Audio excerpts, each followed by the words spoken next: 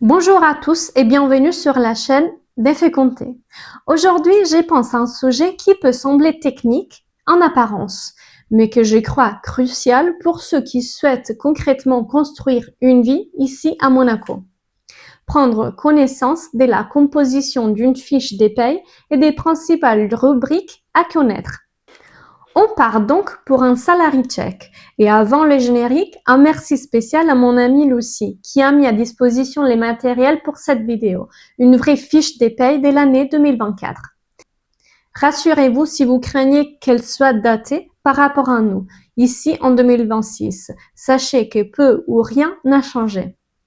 Comme vous l'imaginez, nous avons flouté ces données sensibles et celles de l'entreprise par souci de confidentialité. Mais les chiffres, celles qui vraiment nous intéressent, sont bien là.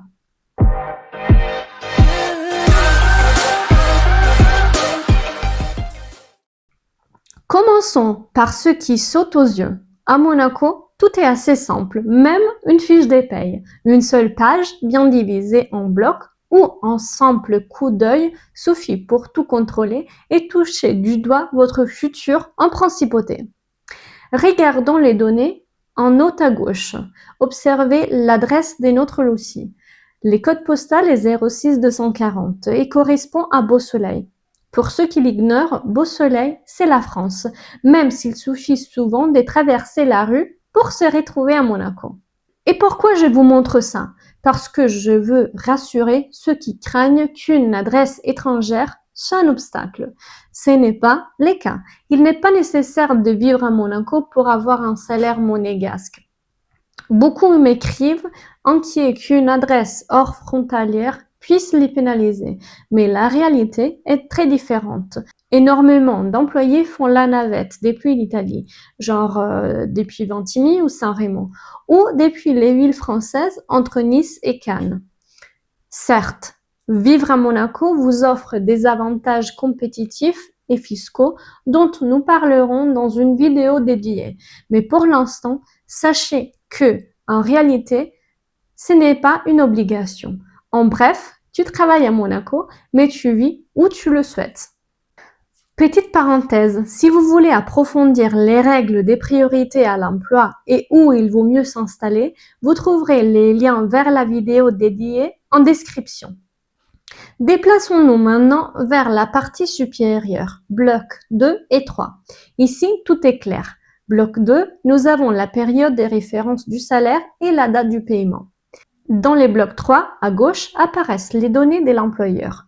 Les noms, l'adresse et deux codes qui sont la véritable carte d'identité de toute activité à Monaco. Les serrés, les numéros uniques qui identifient la siège de l'entreprise et les codes NAF qui identifient l'activité principale, par exemple restauration, finance, bâtiment, etc. Pourquoi les NAF est fondamental pour vous? Parce qu'il détermine quelle convention collective sera appliquée. Donc, en gros, si les codes indiquent restauration, par exemple, vos règles sur les congés et les heures supplémentaires seront celles de ces secteurs. Je tiens à souligner une note technique du 2026. Depuis le 1er janvier, la nouvelle classification NAF 2025 est entrée en vigueur. Ne paniquez pas si vous voyez des codes légèrement différents. Par exemple, les services administratifs passent des 82 11Z à 82 10 Y. C'est juste une mise à jour statistique qui ne change rien à votre paye. Entrons dans les détails de votre poste maintenant. Les blocs 4. Dans les cas de Lucie, elle travaille pour une société de conseil avec la qualification d'Executive Assistant Officer. Deux données sont donc essentielles. Les niveaux, dans son cas elle est non cadre, et ancienneté, c'est-à-dire la date d'entrée, qui dans son cas est octobre 2021, fondamentale pour les calculs des primes et des indemnités. Mon conseil est très simple. Vérifiez toujours que les codes NAF correspondent à la réalité de votre emploi avant même de signer les contrats. C'est le meilleur moyen de comprendre tout de suite votre encadrement légal en principauté. Maintenant, sans tourner autour du pot, allons à la substance. les blocs 5. C'est ici qu'on comprend comment on passe du brut à ce qui rentre vraiment dans votre poche. Tout part du temps et du tarif. Prenons Lucie. Son salaire mensuel est basé sur 169 heures, les temps pleins classiques des 39 heures par semaine à Monaco, avec un taux honoraire d'environ 16 euros et 16 centimes. Le total brut est de 2742 euros et 40 centimes et nous sommes bien au-delà du SMIC monégasque.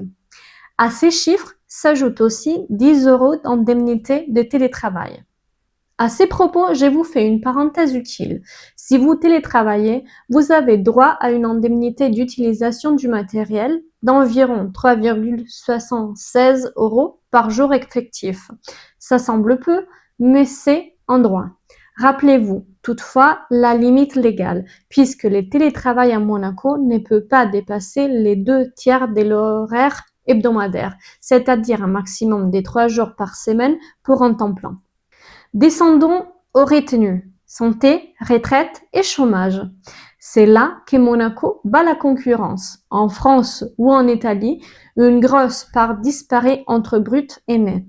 Ici, la pression sur l'employé est bien plus légère. Regardez la ligne sécurité sociale. Elle couvre maladie, maternité, invalidité et décès. L'incroyable, pour l'employé, la quote-part est nulle. Les coûts d'environ 13,4% est entièrement à la charge de l'employeur. Idem pour les accidents du travail. Vous êtes couvert à 100%, mais vous ne payez pas un centime. La retraite, c'est les postes les plus lourds. Divisé en base 6,85% éco-complémentaire, 4,01%, c'est la plus grosse part prélevée, mais c'est un vrai investissement. Le système monégasque est solide. Les gouvernements provisionnent les fonds des années à l'avance. Les chômages, c'est un prélèvement de 2,40%. En cas de perte involontaire d'emploi, cela vous donne droit à environ 80% du salaire. Donc, pour résumer, faisons les comptes. Sur un brut de plus de 2700 euros, le total des retenues est de seulement 363,63, environ les 13%. En résumé, l'employeur verse plus de 900 euros des charges pour vous, alors qu'on vous en retire très peu. Ça, c'est les secrets du salaire monégasque. Passons maintenant au bloc 6, les tickets restaurants. Vous noterez une retenue de 99 euros. Pas de panique, les coûts est partagé 50-50. Lucie reçoit 20 tickets de 9,90 €, soit 198 euros au total. L'entreprise paye 99 euros et 99 sont retenus sur son net. En pratique, Lucie double son pouvoir d'achat déjeuner.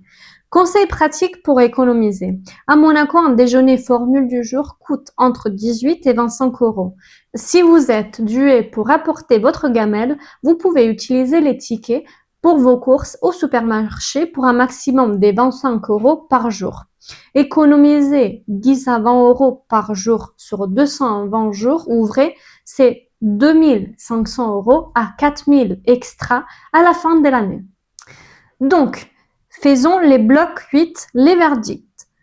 Pour Lucie, le net à payer est 2279,76 euros. En partant des 2742 euros bruts, il lui reste presque 2300 euros. La différence entre brut et net oscille donc, de manière générale à Monaco, entre les 13% et les 18%. Donc, combien coûte Lucie à son entreprise? Regardez les totals versés par l'employeur. Il s'agit des 3 646 euros et 29 centimes des charges patronales.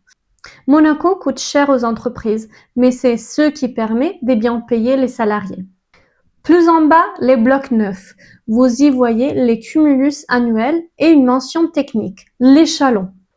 L'échelon détermine votre position dans la grille de la convention collective.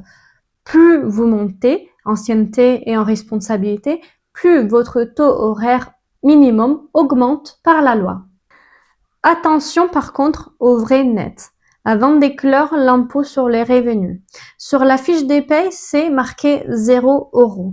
Il n'y a pas d'impôt sur les revenus à Monaco.